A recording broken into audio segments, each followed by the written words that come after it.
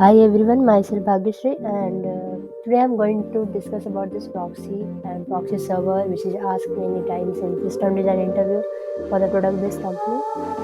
So let's start with that. First, we have to know about the what is a proxy.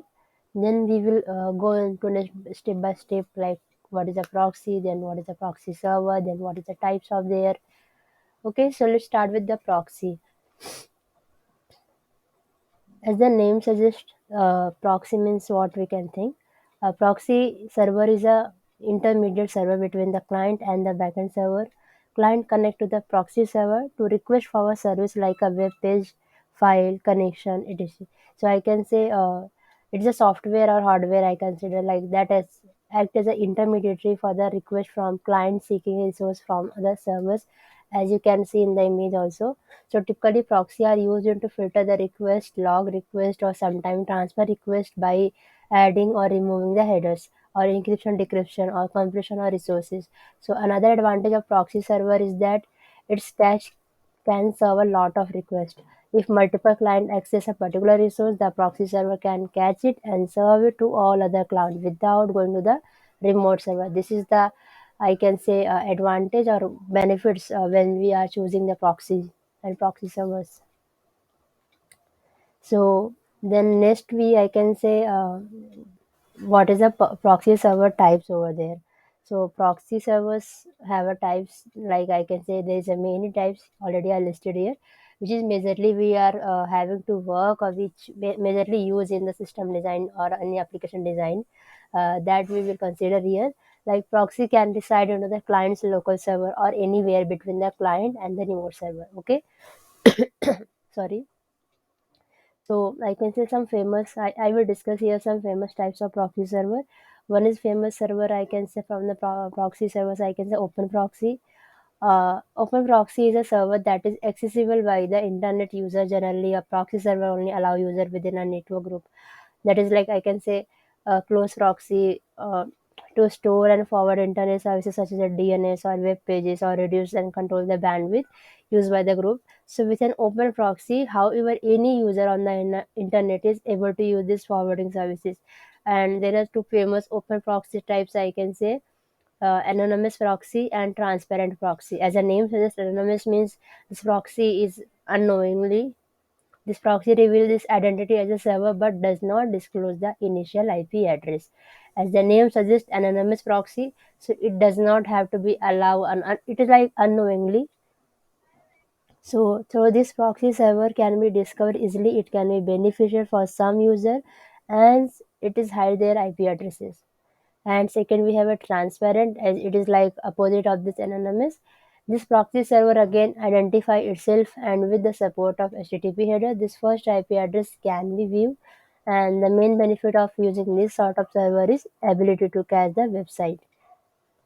Because of the transparent we can able to view that IP address. Coming to the next, we have a reverse proxy. In the reverse proxy, retrieve a resource on behalf of the client from one or more servers. That name suggests reverse proxy. You sometime like if you're not available, if anyone is like present over there and work behalf of you, like that reverse proxy is working.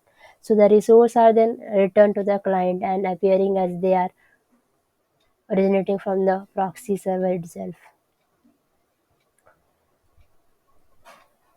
So these are the two I can say mainly famous in the proxy. And reverse I can say like forward proxy we also have some functional use cases. Reverse proxy having some functionality use cases. So I can say in the functionality wise in the forward proxy I can say refer to as an open proxy as I mentioned.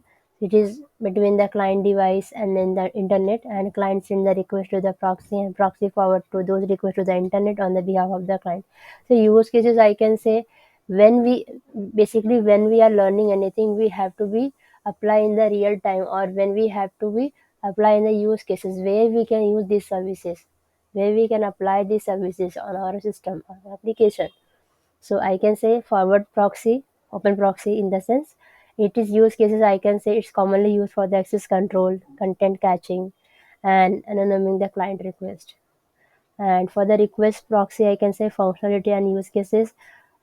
as a reverse proxy sits between the client and server or a group of servers. So client send request to the reverse proxy and it forward those requests to the appropriate server, and the server response then passed to the reverse proxy before reaching to the client.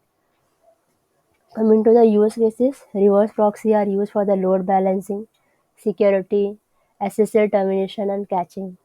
Load balancer is nowadays like for the scaling purpose, for reducing the load time every application having. So you can use this reverse proxy over there. Next, transparent proxy, they use cases and functionality. Functionality in the sense like it have a client request response without requiring any configuration on the client side. Client may not be aware that they are communicating with a proxy. And use cases I can say commonly used for the content filtering, caching, and monitoring without explicit client configuration. Next, we have a gateway or API proxy. The functionality of the gateway proxy is like it is act as a proxy for request and response between the microservices.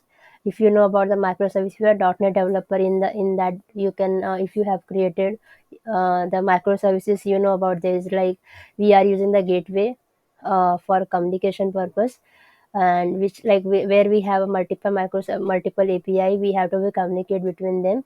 So for that we need the some gateway. So on that we are using the Ocelot, which is used for this communication for different small API in between them. So the API proxy, the gateway API proxy functionality, I can say, uses in the microservices for the communication, and it handles the tasks such as authentication, authorization, rate limiting, and logging. So over there we have a ocelot.json file in the .NET, and you can maintain your upstream, downstream authentication, authorization, global configuration, IP address, security key, which we can maintain over there on that file. And use cases as mentioned like API gateway as a crucial in the microservices architecture to provide a unified entry point for the client and manage the communication between the microservices. Next, we have a web application firewall, and the functionality as the name suggests, the firewall is like act as a proxy to protect the web application from the security threats and vulnerability. It filters and monitors the HTTP traffic between the web application and the internet. And use cases for this: protection against the common web application attacks such as SQL injection, or cross-site scripting, or cross-site request forgery. So for this reason, this WAF is using use cases over there. Next, we have a load balancer and functionality of load balancer. If you know, that is good. If you not know, we can like mention here. We are discussing already here. While not always referred to as a proxy, a load balancer can act as a reverse proxy, distribute incoming network traffic across the multiple servers to ensure that no single server is overwhelmed. And use cases in the real-time scenario, improving the availability and reliability of application by the distributing the load and preventing any single server from becoming a bottleneck. So these are the main advantages and types of proxy which we have to be keep in mind, which we have to be recall while designing the services or system design, and have to be apply this proxy in our application as use case already mentioned here. So proxy play a crucial role in the system design by enhancing the security, performance, and scalability, and they are part of the particularly valuable in distributed system where efficient communication between the component is essential. So on this, lots of question is asked in the interview also. Apart from the interview, if you are working as a real-time scenario, if you are a developer, you have to be chance to design, or you are working on that team, you can give your input from this proxy servers and types and use cases and functionality based on that as per the requirement is there in the system design. Okay, so hope you liked this video and got the some insightful information from this video. And if you have any question or any query or any doubt, please comment it down. I will try to give the best as per my experience, 100 to 100%. Okay, and meet in the next video. Thank you.